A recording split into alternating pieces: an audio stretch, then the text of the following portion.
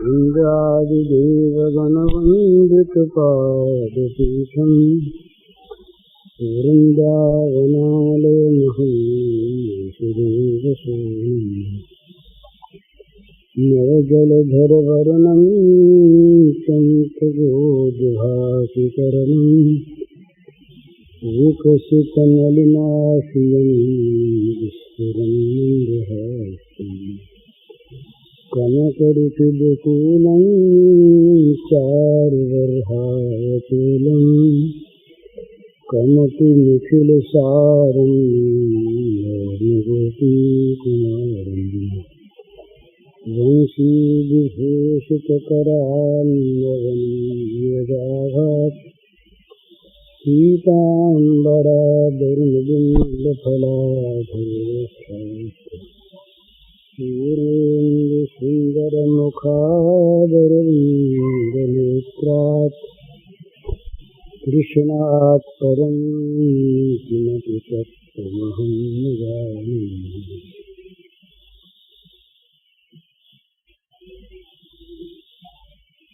समस्त चराचर जगत के रूप में भगवान ही अभिव्यक्त है।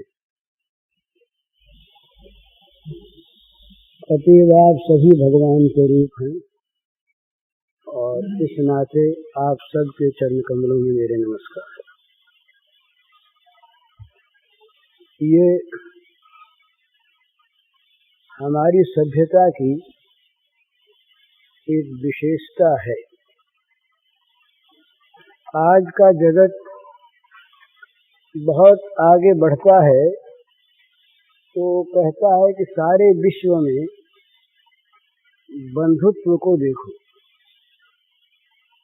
और वो उनका है मानव प्राण, माने मनुष्य मात्र भाई भाई हैं, इस प्रकार की धारणा करनी चाहिए।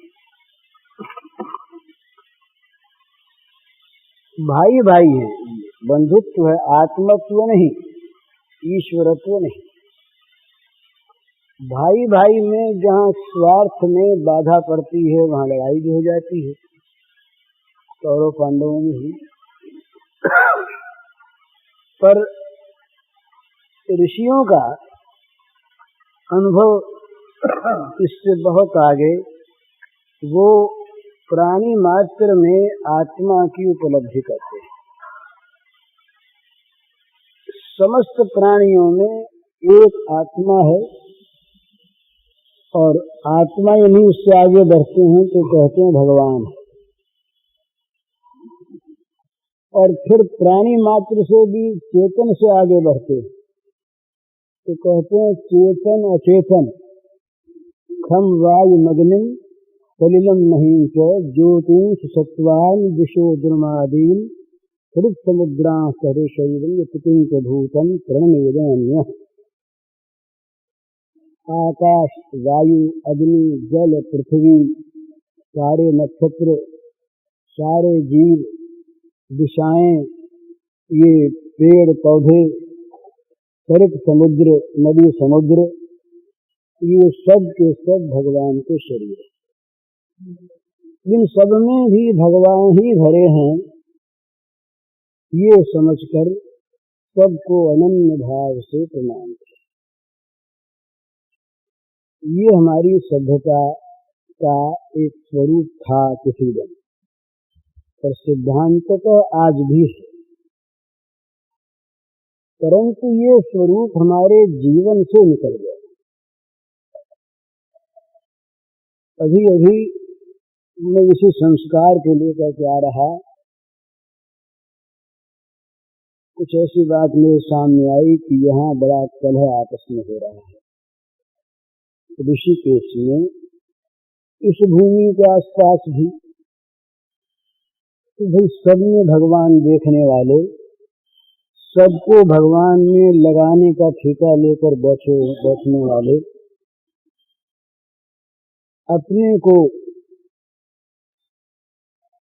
सब में सद्भाव का प्रचार करने की क्षमता ऐसा मानने वाले, न मानते तो ऐसा करते क्यों? सब में प्रचार करना है। और वहाँ अगर व्यक्तिगत रूप से लड़ाई है, कलह है, द्वेष है, तो जीवन की असलियत कहाँ? न तो सिद्धांत की मान्यता है और न साधन की तत्परता है।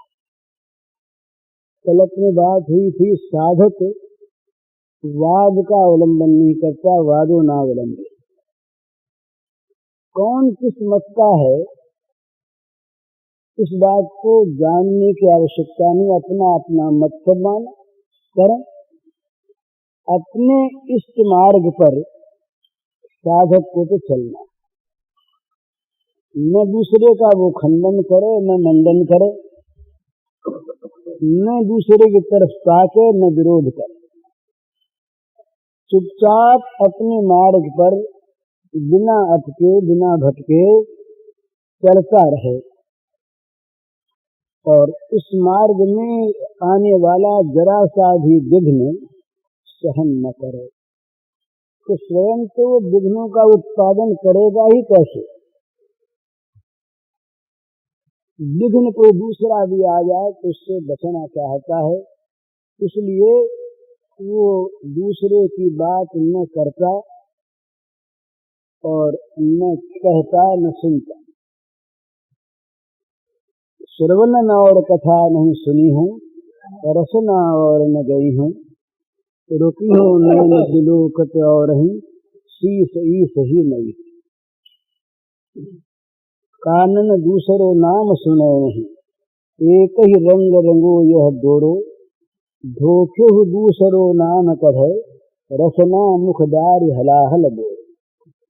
ठाकुर प्रीति की रीत यही, हम सपने कोक तजे नहीं भोरो, बावरी वे अखियां जर जाएं, जो सांवरो छाड़ निहारती गोरो। ये अनन्य साधन की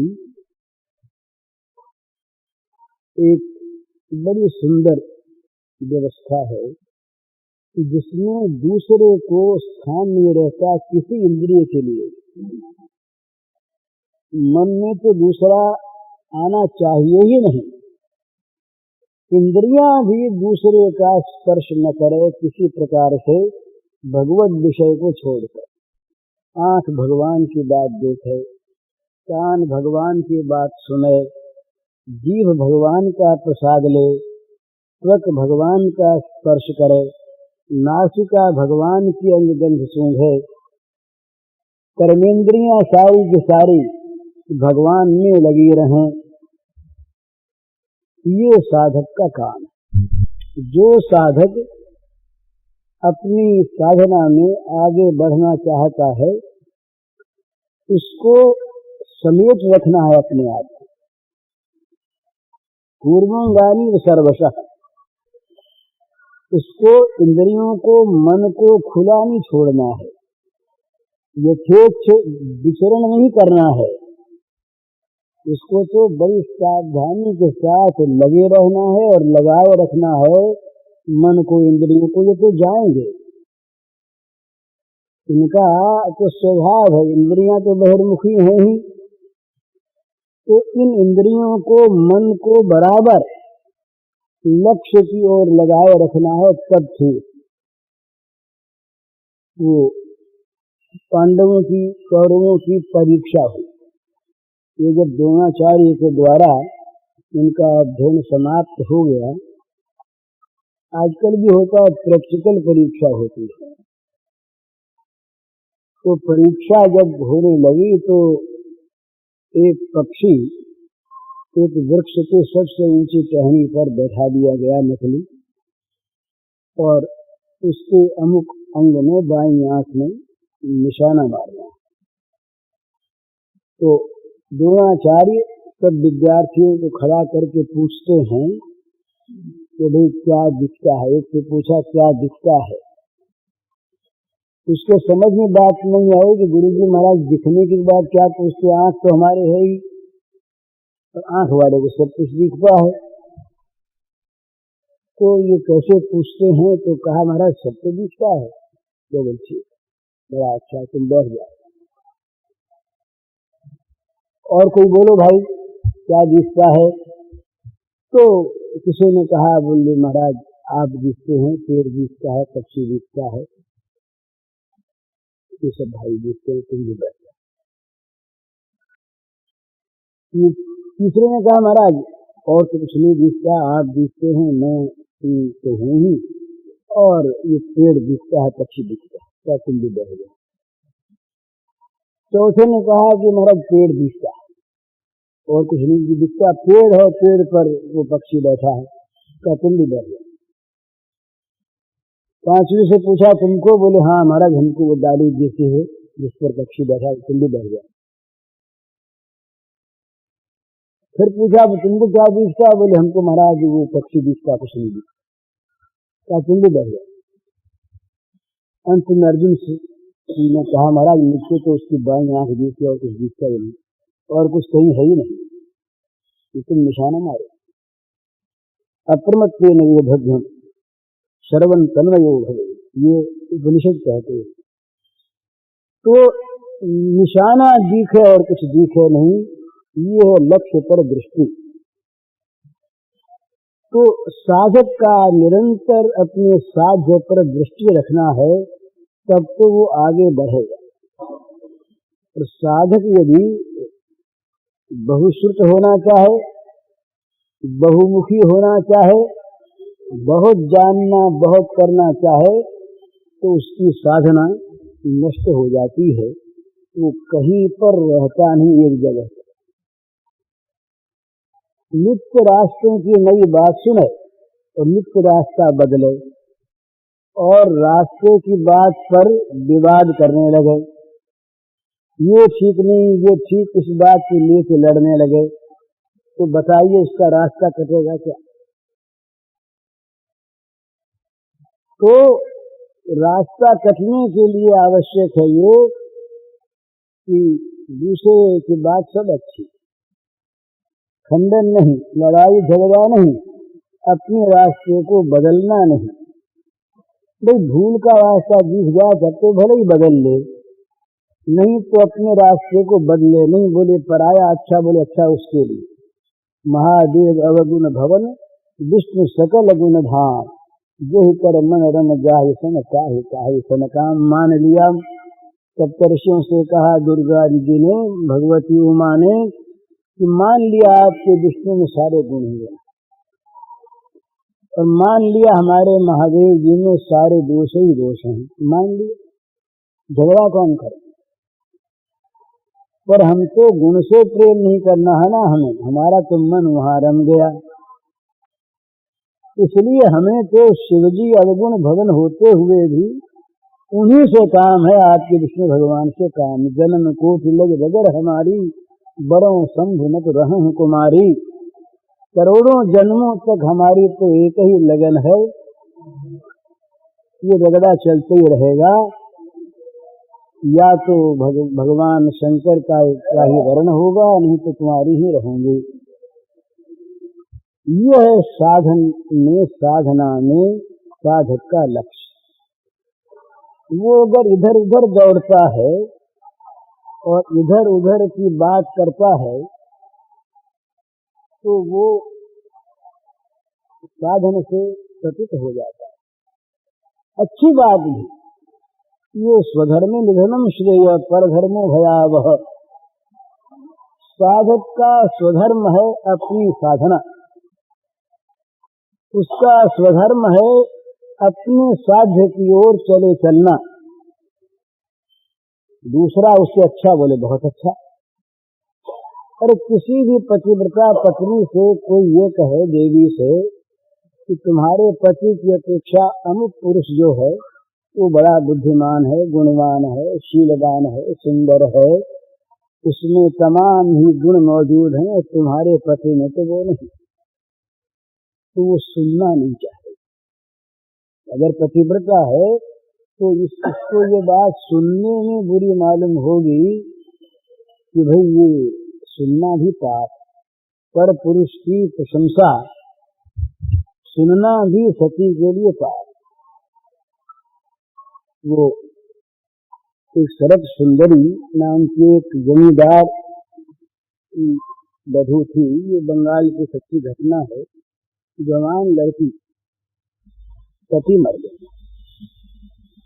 जमींदार था तो बड़ा मान था, वो राजा कहलाते थे। तो वहां के कलेक्टर अंग्रेज थे, तो कलेक्टर की पत्नी उसके पास आई। दुख में आते ही हम लोगों के बैठने आते हैं। तो कलेक्टर की पत्नी वो नई विलायत से आई हुई थी, उनको अपने आचार का पता था। तो उसने बड़ी सरलता से सहानुभूति के शब्दों में कह दिया कि बहन तू तो अभी छोटी सी है, तेरी उम्र तो बड़ी है नहीं, तो तू विवाह कर ले। वो सुन लिया, रोने लगी। कलेक्टर की पत्नी तो लौट गई। उसके मन में आया कि जिस शरीर के कानों से ये पाप की बात सुनी गई, उस शरीर को रखना चाहिए। दूसरे से विवाह कर लो, ये पाप की बात कान से सुन ली गई, तो शरीर को नहीं रखना। उसने अनशन शुरू कर दिया, अन्न जल का परित्याग कर दिया। ये सच्ची घटना। अन्न जल का परित्याग कर दिया। अन्न जल का परित्याग कर देने पर धीरे धीरे हल्ला मचा। राजबधू थी ना, राजरानी थी, बात फैली, कलेक्टर तक बात गई। कलेक्टर ने अपनी पत्नी से कहा, भाई क्या बात है? बोले मैं तो गई थी। पता लगाया तो उसने, शरद सुंदरी ने बड़े संकोच से बात कह दी कि ये कारण हुआ। उस बेचारे को ये भी डर कि कहीं कलेक्टर की पत्नी पर कोई कलंक न लग जाए, ये भी वो नहीं चाहती। पर मालूम हो गया तो वो अंग्रेज महिला बड़ी सज्जन वो आई। उसने आके कहा कि बहन तुम्हारा इतना ऊंचा भाव है, ये मैं जानती नहीं थी, मेरे कल्पना में थी। मैंने अपने देश की प्रथा के अनुसार अपनी बात कह दी, तुम क्षमा करो, ये पाप मेरा है, तुम्हारा नहीं। तब उसने भोजन किया। तो दूसरे की बात सुनना नहीं चाहते। डूंगरपुर की एक लड़की रही, डूंगरपुर के पास थी, ये भी सच्ची घटना है। डूंगरपुर के पास एक राजपूत लड़की, उसकी सगाई हो गई किसी लड़के से, राजपूत से, ब्याह नहीं हुआ। तो अकबर थे उस समय। अकबर ने किसी कारण से उस देश पर चढ़ाई की और बड़े बहादुर लोग वहां के सुने थे, तो अकबर भी आए देखो। तो वो लड़की की जिससे सगाई हुई थी, वो लड़का भी एक सिपाही था युद्ध में, तो उसकी सहायता करने के लिए वो लड़की भी मर्दाना वेश भर के, राजपूत लड़की थी, वो भी रण में आ गई।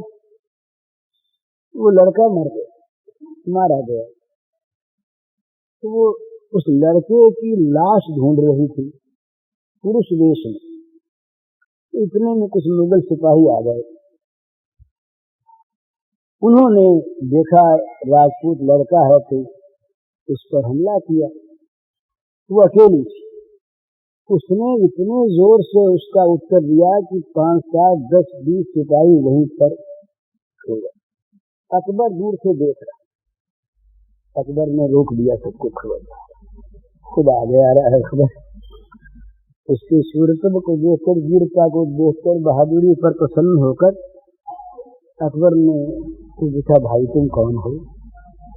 कहा मैं लड़ाई में। तुम हो कौन? किस गांव के हो? किसके लड़के हो? तो उसने कहा मैं लड़का नहीं, मैं तो लड़की हूँ। लड़की हो तो यहाँ इस वेश में कैसे? तो कहा कि मेरा पति यहाँ आया था लड़ने के लिए, उसके सहायता के लिए मैं भी आ गई, राजपूत लड़की, और उसका यहाँ पर स्वर्गवास हो गया। तो मैं सती होने के लिए उसकी लाश हो गई थी, इतने सिपाहियों ने आकर और ये मेरे पर हमला किया तो मैंने उसका उत्तर दिया। तो कहा बेटी तुम्हारा कब ब्याह हुआ था, कितने दिन हुए? तो कहा ब्याह नहीं हुआ था। ब्याह नहीं हुआ तो पति कैसे हुआ? तो कहा सगाई हो गई। जो एक बार वर्ण कर लिया गया इस शरीर का वही पति। भगवान सबके पति, वो अलग चीज, पतियों के भी पति, लेकिन सगाई हो गई इसलिए वो मेरा पति ही था। अकबर ने चरण की धूल कहा धन्य देवी तुमको, सगाई होने पर तुम्हारी ये दशा है, तुम दूसरे को नहीं जानती। ये होना चाहिए साधक का लक्ष्य।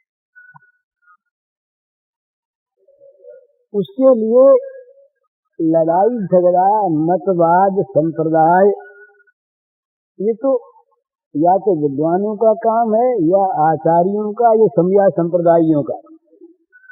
ये ऊंचा ये नीचा करते रहें, अपने अपने मत की स्थापना करते रहें, वो सत्य हैं, वो सब आदरणीय है, उनका कोई विरोध नहीं। पर साधक जो है वो क्या करे? वो बेचारा तो कमजोर है, उसको तो अपने मार्ग पर चलना है, अपने मुकाम को पहुंचना है और जल्दी पहुंचना है। तो वो समय नष्ट कर दे क्या इस प्रकार के आपस के कलह में, झगड़े में, द्वेष में? अपनी साधना को भूल कर क्या वो उल्टा चल निकले? क्या वो फंस करके अपने जीवन को बर्बाद कर दे? यूं तो मानव मात्र को भगवान ने साधक बना के भेजा, इसलिए ये सिद्धांत कर दिया कि मनुष्य का लक्ष्य भगवत प्राप्ति है और कोई है ही नहीं। तो मनुष्य बनने का, मनुष्य बनाए जाने का उद्देश्य ही है वो भगवत प्राप्ति की साधना करके भगवान को पाले। तो मानव मात्र का ये धर्म है ये कि वो अपने जीवन को व्यर्थ अनर्थ में न लगाकर सच्चे स्वार्थ भगवान की प्राप्ति नहीं लगावे। पर जो अपने को साधक मानता है, जो साधना की भूमि में अपने को उतरा हुआ मानता है और चाहता है, उसके लिए तो ये खास कर्तव्य हो जाता है कि वो अपने लक्ष्य को छोड़कर दूसरी ओर न ताके, न देखे, न सुने, न समझे। अच्छा है, बड़ा अच्छा। तो तुम्हारी बात ठीक नहीं, बोले बहुत ठीक, ठीक नहीं, बस झगड़ा मिट भाई, हार जाओ, झगड़ा मिट गया, तुम्हारी बात बहुत चलो। लेकिन अपने लक्ष्य में जरा सा भी कहीं पर विघ्न आता हो, उससे अपने को बचाए रखे। चाहे कोई उसको हारा हुआ मान ले, कायर मान ले, बुज़दिल मान ले, सिद्धांत की स्थापना करने में समर्थ मान ले, उसको स्थापना सिद्धांत की नहीं करनी, उसको तो चलना है। क्या ठीक क्या बेठीक ये लड़ना नहीं है, उसको तो रास्ता तय करना है।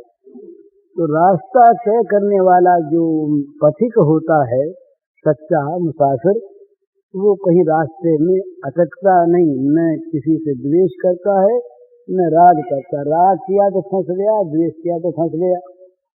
और ये सब जगह बैठे महाराज, इंद्रिय सेंद्रिय थे आगे द्वेषो व्यवस्थितौ तयोर न वशम आगच्छेत्, तो इससे परिपंथ न, ये तो डेरा डाले बैठे हैं हर जगह, हर स्थान पर व्यवस्था पूर्वक बैठे। व्यवस्थित का अर्थ ये है कि अच्छी तरह से थाना बना के बैठे हैं, ये जरा से उखड़ जाने वाले नहीं हैं, व्यवस्थित हो। तो ये जो हैं इनके वश में मत हो जाना भाई, नहीं तो लुट जाओगे। ये बटमार बैठे हैं लूटने वाले, तो बचा रहे। ये इतनी दूर से आते हैं, आता आदमी भजन करने के लिए, और जहाँ आकर के किसी दल में शामिल हो गया, दूसरे दल का विरोधी हो गया। ये चीज राजनीति में तो थी। एक अंग्रेज ने बड़ा सुंदर ग्रंथ लिखा है राजनीति पर, वो लिखता है कि नया नया कॉलेज से निकला हुआ तरुण जब देश सेवा की शुद्ध भावना से त्याग करके क्षेत्र में उतरता है तो वो कोई न कोई जो बड़े खूंसट लोग होते हैं पके पकाए उनके दल ही में आता है। उनके दल में आने पर उसे या तो उसकी हाँ मिलानी पड़ती है, हाँ में हाँ, तो नहीं तो उसको बैरी बना लेना पड़ता है। तो होता क्या है, वो या तो अपने को खो देता है और या उसे वहां से भागना पड़ता है। यही बात आज सारे क्षेत्रों में है, धर्म के क्षेत्र में, साधना के क्षेत्र में, हमारे इन आश्रमों में, इन मठों में। सच्ची बात ईमानदारी की अगर कही जाए तो यही तो हो रहा है। अपनी अपनी ढसली लेके हम बजाते हैं। मैं तो ये समझता हूँ कि ये जो सुनने वाले लोग आते हैं, ये आश्रम चलाने वालों की अपेक्षा इनमें से कई ऊंचे होते हैं, जो सच्ची भावना को लेकर के श्रद्धा पूर्वक लगना चाहते हैं। और हम लोग तो लगाने का नाम लेकर अपने को, इनको दोनों को धोखा देते हैं। मैं अपनी कहता हूँ महाराज, और किसी के नहीं कहता, और किसी के नहीं कहता, सब अच्छे हैं। पर ये चीज ऐसी मालूम होती है कि जब तक हमारे में राग द्वेष है, हम दूसरों को देंगे क्या? जो है वही देंगे ना। हमारे जीवन में जो चीज है, हम अगर वितरण करना चाहेंगे तो उसके सिवा क्या बांटेंगे? जिसकी गोदाम में प्याज लहसुन भरा है, केसर कपूर नहीं, वो यदि कहीं बांटने को खड़ा हो जाए, अगर हम अपनी गोदाम का माल बांटेंगे तो क्या बांटेगा? वो जो प्याज लहसुन भरा वही ना बांटेगा। केसर कपूर लाएगा कहाँ से? वो तो उसके घर में संग्रहित है ही नहीं, स्टॉक है ही नहीं। इसलिए रामकृष्ण स्वामी ने बड़ी सुंदर बात कही कि भाई पहले उपदेश दे अपने को उपदेश दे करके अपने को वैसा बना दे। अपने को बनाने के बाद फिर अपने जो बनी हुई बात है, जो अपने अंदर आई हुई बात है, वो लोगों से कहे और उस बात का समर्थन हो जाएगा उसके जीवन से। अभी हमारे पास परसों एक पत्र आया हमारे प्रेस का, उसमें लिखा ये गुजरात के सज्जन आए सौराष्ट्र के। उन सज्जन ने आकर के प्रेस में देखा, घूमे फिरे, मेरे सामने आ गए थे वो, मैं था उसके 2 दिन पहले। तो वो इतने मुग्ध हुए और वो कहने लगे कि यहाँ 2 महीने कैसे हमको रहने को मिल जाए, किससे आज्ञा मांगे, कौन हमें रहने की आज्ञा दे देगा, तो हम तो निहाल हो जाएं। तो वो बेचारा ऊपर ऊपर से देख गया, वो हमारे अंदर घुसता तब तो पता लगता कि यहाँ नरक भरा है, यहाँ स्वर्ग वर्ग नहीं है। और शायद पहले मानता भी नहीं इस बात को, कहने पर मानता भी नहीं, पीछे तो अनुभव करने पर तो पछताता कि हम भूल से यहाँ स्वर्ग समझ के आ गए। तो हमारा ये स्वर्ग आश्रम, हमारा ये भवन, हमारे ये आश्रम यदि वास्तविक ये स्वर्ग नहीं है, वास्तविक आश्रम नहीं है, तो इनमें अगर वास्तविकता नहीं है, इनमें अगर भगवत भाव का प्रवाह वास्तव में नहीं बहता है, तो ये सब धोखे हैं। साधक को इन धोखों में नहीं पड़ना चाहिए। मैं बड़ी कड़ी बात कह रहा हूँ भला, पर ये स्पष्ट बात है, साधक को इन मुलम्मेबाजी में ऊपर के वेश को, चाकचिक्य को देख करके ये नहीं मान लेना चाहिए कि ये महात्मा ही होंगे और ये भवन का नाम इसलिए ये मोक्ष भवन ही है। हमारे यहाँ मुमुक्षु भवन काशी में बड़ा अच्छा है, हम सबकी तारीफ करते हैं इसलिए कि उनका मोटिव अच्छा था, उद्देश्य अच्छा था, भाव अच्छा था और बहुतों का भी अच्छा है। लेकिन वह केस चलते हैं। मुमुक्षु भवन में केस कैसा? सोचने की चीज है ना। मुमुक्षु भवन में केस क्यों? जहां मुमुक्षुत्व प्रकट हो गया, जहां सारे इहलोक परलोक के भोगों से विरक्ति हो गई, वहां तो षट संपत्ति आई, और षट संपत्ति आने के बाद मुमुक्षुता आई परमत खंडन का, तो वहां पर अभिमान जागृत हो जाए। अभिमान के जागने पर ही परमत खंडन का उत्साह होता है, अर्थात अपने मार्ग में रोड़ा अटकाने की वहां शुरुआत हम कर लेते हैं अपने आप। तो तेरे भावें जो करो भलो बुरो संसार, नारायण तू बैठ कर अपनो भवन बुहार। दुष्संग में जाए नहीं, विवाद करे नहीं, लड़े झगड़े नहीं, किसी भी प्राणी पदार्थ वस्तु में मन को फंसावे नहीं, और अपने मार्ग पर सीधा साधा चला जाए। लोग मूर्ख कहें बड़ा अच्छा। ये महाराज संसार में सांसारिक दृष्टि में बुद्धिमान कहलाना, अग्रणी कहलाना, घर की मालिकी का प्राप्त होना, नेतृत्व मिलना, महंती मिलना, ये दुर्भाग्य के चिन्ह हैं। उपदेशक बनना ये भी, ये दुर्भाग्य के चिन्ह हैं। उसकी उन्नति का मार्ग अवरुद्ध हो जाता है इन सब में पड़ने पर। डर होता, हम ये कहते कोई खंडन न कर दे। तुलसीदास महाराज बड़ी सुंदर बात कहते हैं, जागे जोगी जंगम जति समाज ध्यान धरें, डरे उर भारी लोभ मोह कोह काम के, जागे राजा राजकाज मंत्री समाज साज, उनके समाचार बड़े बैरी बाम के, जागे बुध विद्या हित पंडित चिकित चित्त, जागे लोभी लालची धरणी धन धाम के, जागे भोगी भोगही वियोगी रोगी रोग बस, सोवे सुख तुलसी भरोसे एक राम के। ये साधक का स्वरूप। एक भरोसो एक बल, एक आस विश्वास, एक राम रघुनाथ हित चासक तुलसीदास। ये साधक का स्वरूप। तो अपने को साधना में जो बनाए रखना चाहता है वो अभिमान तो क्या करेगा, उसको तो अभी वस्तु प्राप्त करनी है ना।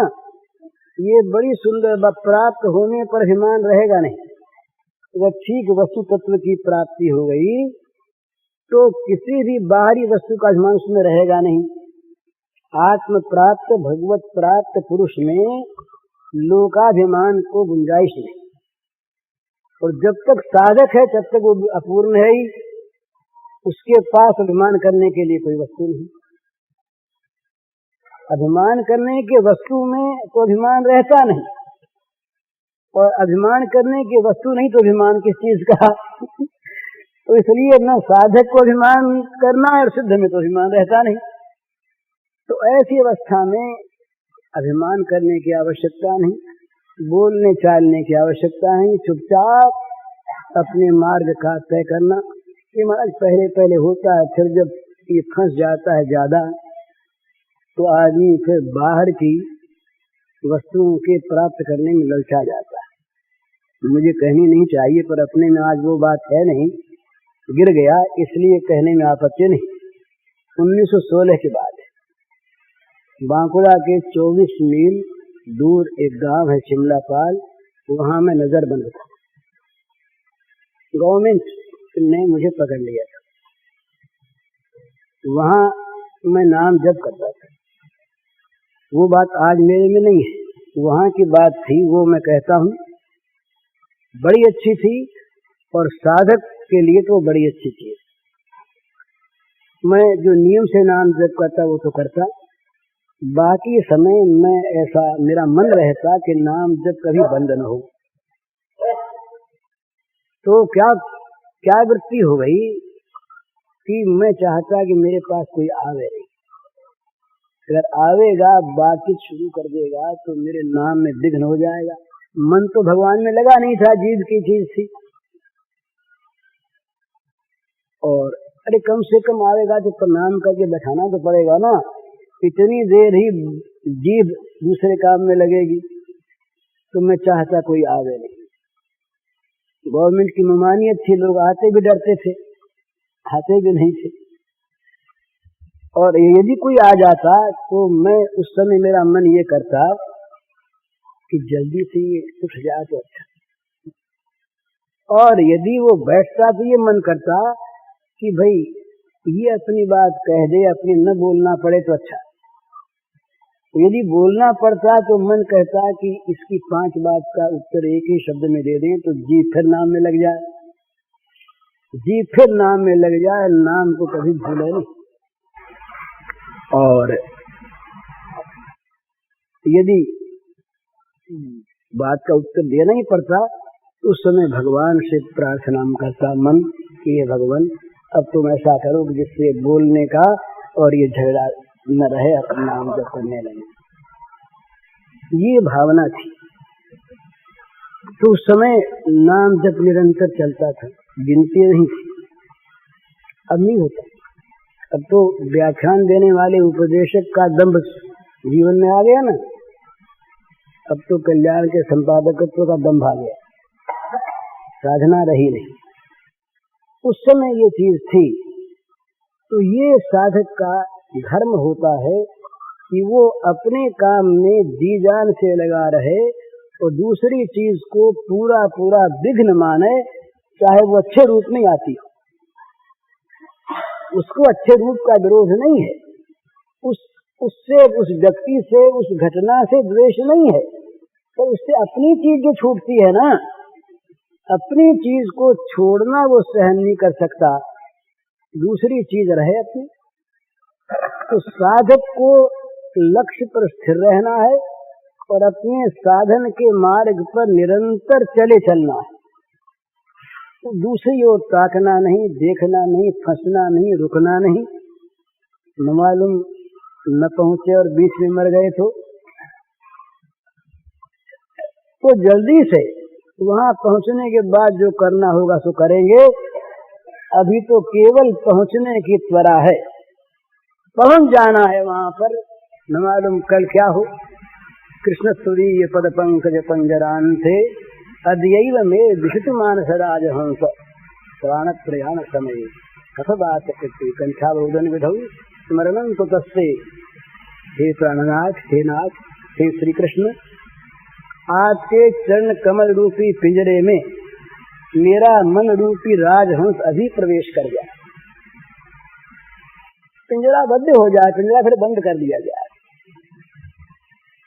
प्राण निकलने की अगर प्रतीक्षा करेंगे तो प्राण जाने के समय जब कफ बात पित्त से कंठ रुक जाएंगे, व्याकुलता आ जाएगी हृदय में, उस समय स्मरण कहाँ से होगा। तो अभी से, इसी समय से जीवन के रहते रहते स्वस्थ हम भगवान के चरणारविंद में अपने को समर्पण करने का प्रयत्न करें, भजन में लगें, साधन में लगें।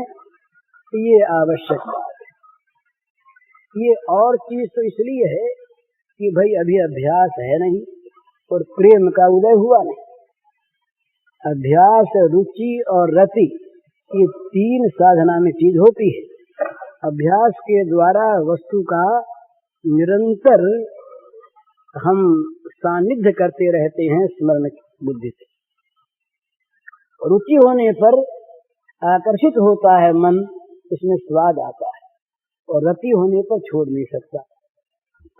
तो जब तक रति और रुचि न हो तब तक अभ्यास में विघ्न न पड़े, इसलिए निरंतर अभ्यास करे। पर अभ्यास अभी मन माना नहीं, रुचि हुई नहीं, तो इसलिए बीच बीच में कभी स्वाध्याय कर ले, कभी सत्संग कर ले, कभी अच्छे ग्रंथ को देख ले, इसलिए कि वो समय उसी श्रेणी के किसी काम में लगा रहे। एक से रुचि रहती नहीं, एक में 8 पहर मन रहता नहीं, तो कहीं प्रमाद आलस्य आकर के न घेर ले, इसलिए उसी श्रेणी के कई काम अपने जीवन में संग्रह करके रख ले। भाई पाठ भी करना है, जाप भी करना है, ध्यान भी करना है, स्वाध्याय भी करना है, मनन भी करना है, सत्संग भी करना है, कीर्तन भी करना है, एक ही श्रेणी के बहुत से काम, इसलिए कि मन अन्यत्र न जाए, मन धोखा न खाए, कहीं प्रमाद में पड़ जाए, कहीं नींद में आ जाए, कहीं रजोगुण की किसी कुप्रवृत्ति में जा करके प्रवेश हो जाए, जीवन का अवकाश न मिले, फुर्सत न मिले, काम में, साधन के काम में लगा रहे। इसलिए वैराइटीज हैं, ये अनेक प्रकार की चीजें हैं। इसीलिए नहीं कहने की आवश्यकता है, अगर जप में मन लग गया तो आवश्यक नहीं पाठ करने, कोई जरूरत नहीं, वो हो गया। भगवान के रूप में मन लग गया और वहां से अगर नहीं हटता तो आवश्यक नहीं किसी जप करने का और किसी चीज का। भगवान की तरफ वृत्ति अगर बैठ गई तो किसी बाहर के स्वाध्याय की आवश्यकता नहीं।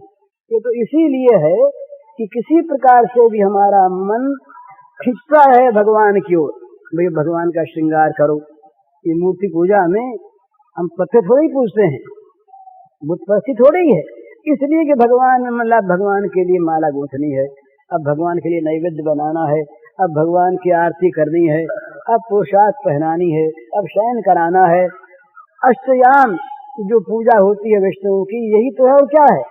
आठों पर भगवान की सेवा में हम संलग्न रहें, इसलिए ये पद्धति है। और अगर मन में भगवान आकर के बैठ गए तो पूजा पद्धति ये बाह्य है, पर वो फिर करेगा ही क्या। इसलिए प्राप्ति के बाद भी पूजा चलती है, सिद्ध होने पर भी साधना ही चलती है, और क्या करेगा सर वो। सिद्ध होने पर क्या साधना को छोड़ देगा? भगवान के प्राप्त करने के बाद क्या भगवान का नाम नहीं लेगा? भगवत प्राप्ति के बाद क्या भगवान से प्रेम नहीं करेगा? उसके बाद तो हो जाता है उसका स्वभाव। साधना पहले और प्राप्ति के बाद हो गया सहज स्वभाव। सहज भाव से फिर वो भगवान में उसका जीवन अपने आप लगा रहता है। पर जब तक वो साधना के क्षेत्र में है तब तक वो अपने आप को, उसको चाहिए कि खूब बचाए रखे, सावधानी के साथ। महाराज फिसलना जो है ये बड़ा सहज है, गिरना बड़ा सहज है, चढ़ना कठिन है। जरा सा पैर फिसला के गिरे, और पैर की फिसलाहट जगह जगह तो भगवान बचाते।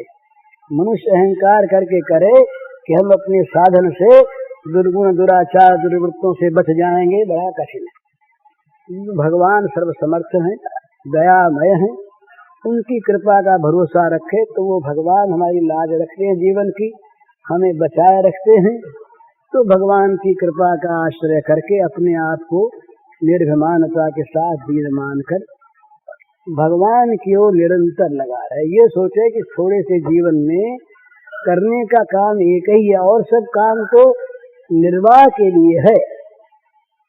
खाना पीना कमाना ये सब जो है ये तो भजन के लिए जीवन रहे और जीवन का निर्वाह होता है, इसलिए भजन को छुड़ाने के लिए थोड़ा ही है ये तो ये सहायक बढ़े हमारे काम, हमारी सामग्रियां, हमारी पूंजी, हमारा धन, हमारी बुद्धि, हमारा मन, हमारी इंद्रियां, परिस्थिति, प्राणी और पदार्थ, ये सब के सब भगवान के भजन में हमारे सहायक बने तब तो ठीक।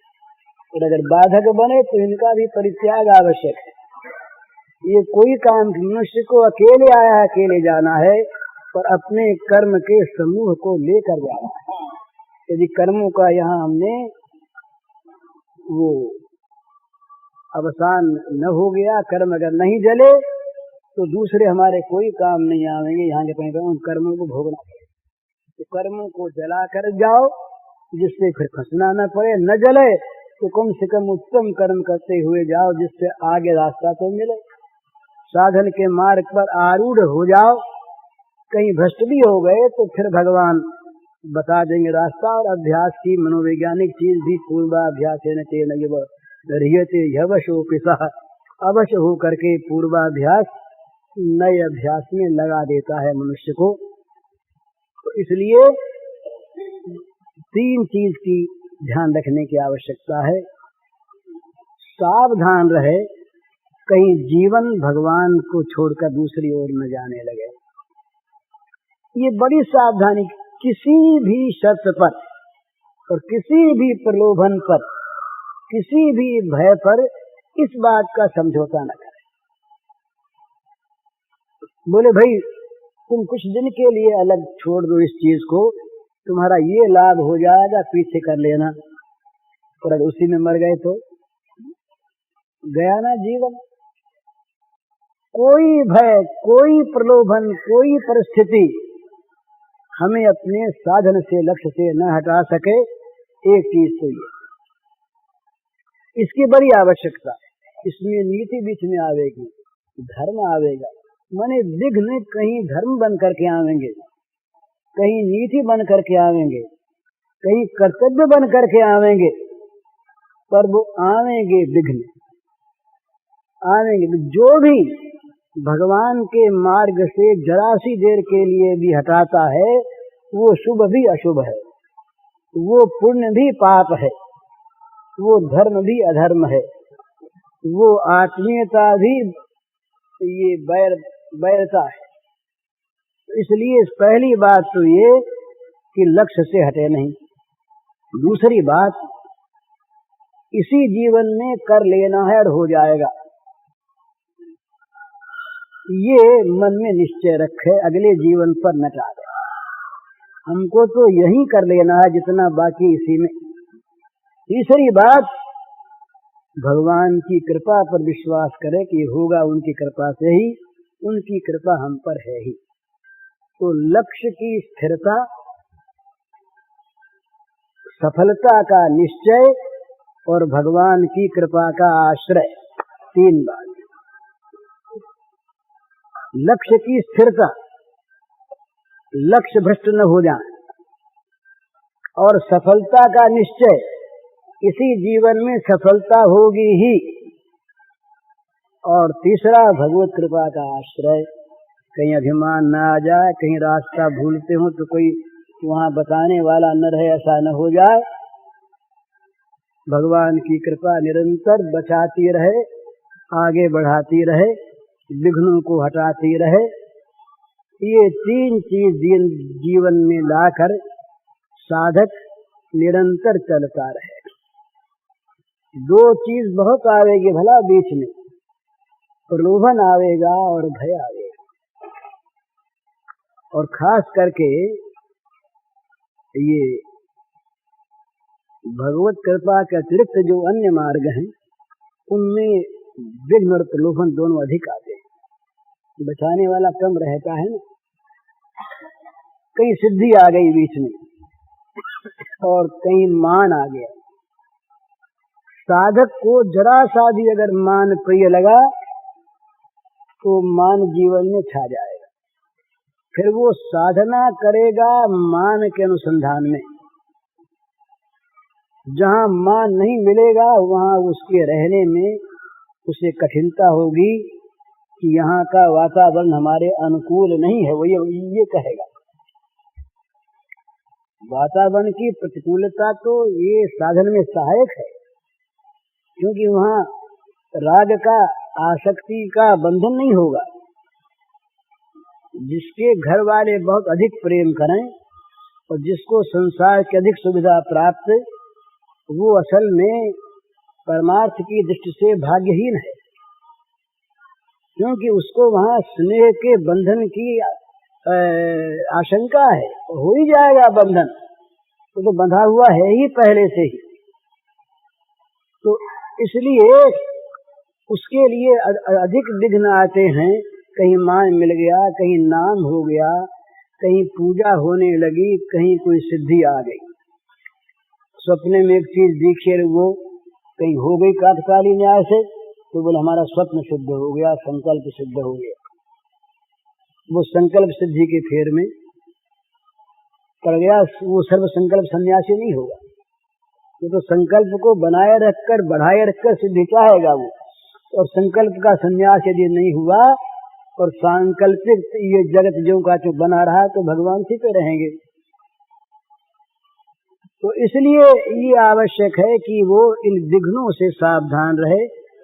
तो प्रलोभन और भय, ये दो बहुत आते हैं। और हम तो देखते हैं कि जगत में सब तरह के लोग हैं ना, द्वेष करने वाले भी, कुटिल भी, सीधे भी, तो सीधे लोग हैं बहुत जल्दी मान करने लगते हैं।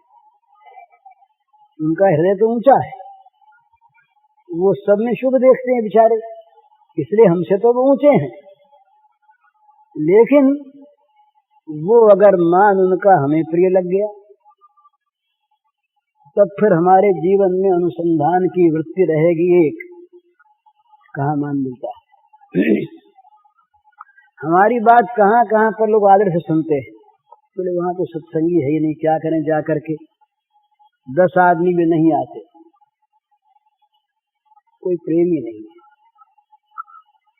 तो जहाँ हमारी बात सुनने वाले होंगे वहां प्रेमी, चाहे वो देवताओं का समूह हो। हमारी न सुनने वाले हैं तो प्रेमी नहीं, हमारी न सुनने वाले हैं तो सत्संगी नहीं, क्योंकि हमें वहां पर मान चाहिए।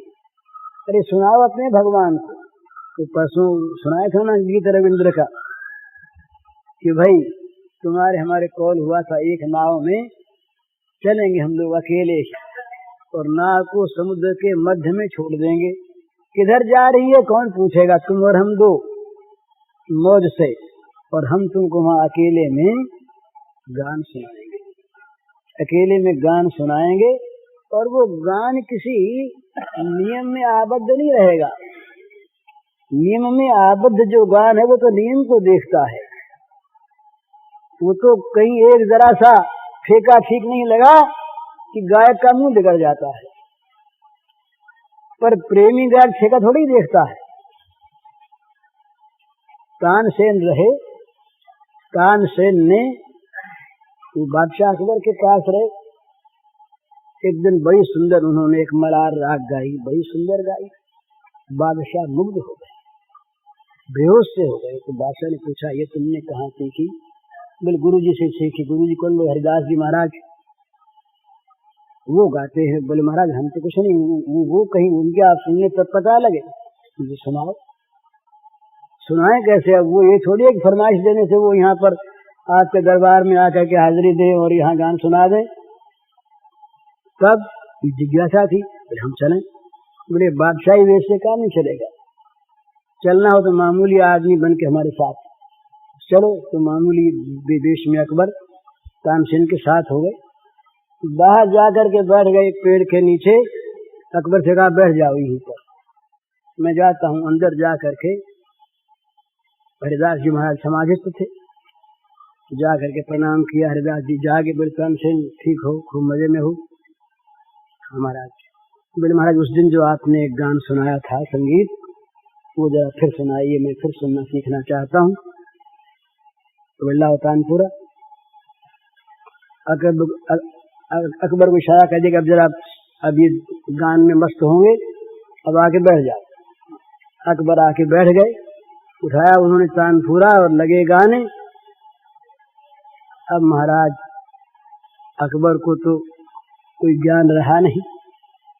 बड़ी सुंदर वहां की एक रचना हो गई, तमाम सात्विकता भर गई और तमाम मानो भगवान का संगीत तमाम उस अरण्य में फैल गया।